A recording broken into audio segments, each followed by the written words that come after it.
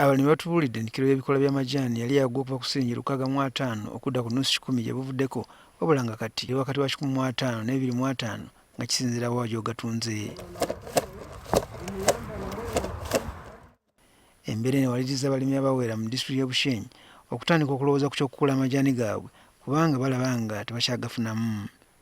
Zino ensamba z'amajaani 2 nga buli emu etudde ku yiika 12 za Richard Nshumbusha ow'omu Katembe Seero mu Kyamuhunga Town Council Bushenyi. Ono yeegasse ku balimi abalala bali mu ggombolola ey'Ebitooma ne Nyabubaale abasazeewo okusikisa amajaani n'ebirime ebirala. Ye kati agenda kudda ku matooke. I've taken a decision of uprooting my tea shamba so that I can plant other banana plantations. I have banana plantations, pineapple, even coffee.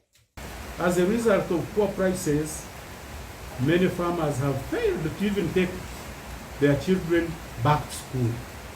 How can such farmers love the tea industry?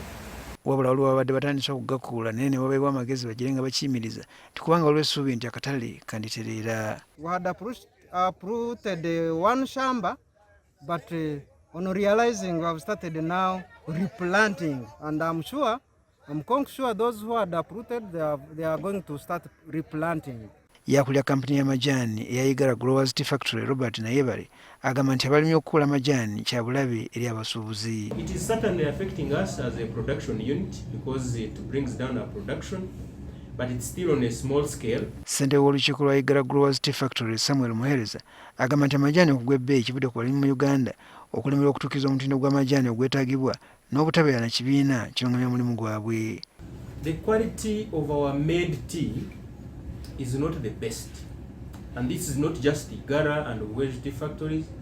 The general quality of the Ugandan tea is not good if you compare it with Rwanda and Kenya teas, and this really affects us. It is actually the root of the problem. We need a regulatory body. There is no tea policy.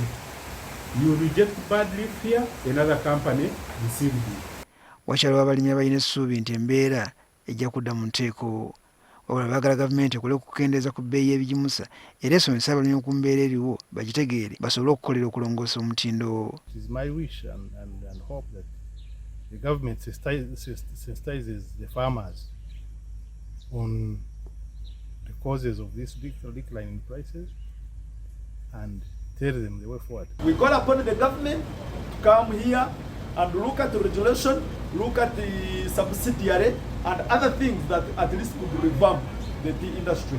Ow'ebyobulimi mu disitulikiti y'e Bushenyi Gordon Tumwimbisibwe agamba nti olw'okuba abalimi bangi bayingira mu kulima amajaani nga tebasoose kunoonyereza kati balina okubeera abagumiikiriza.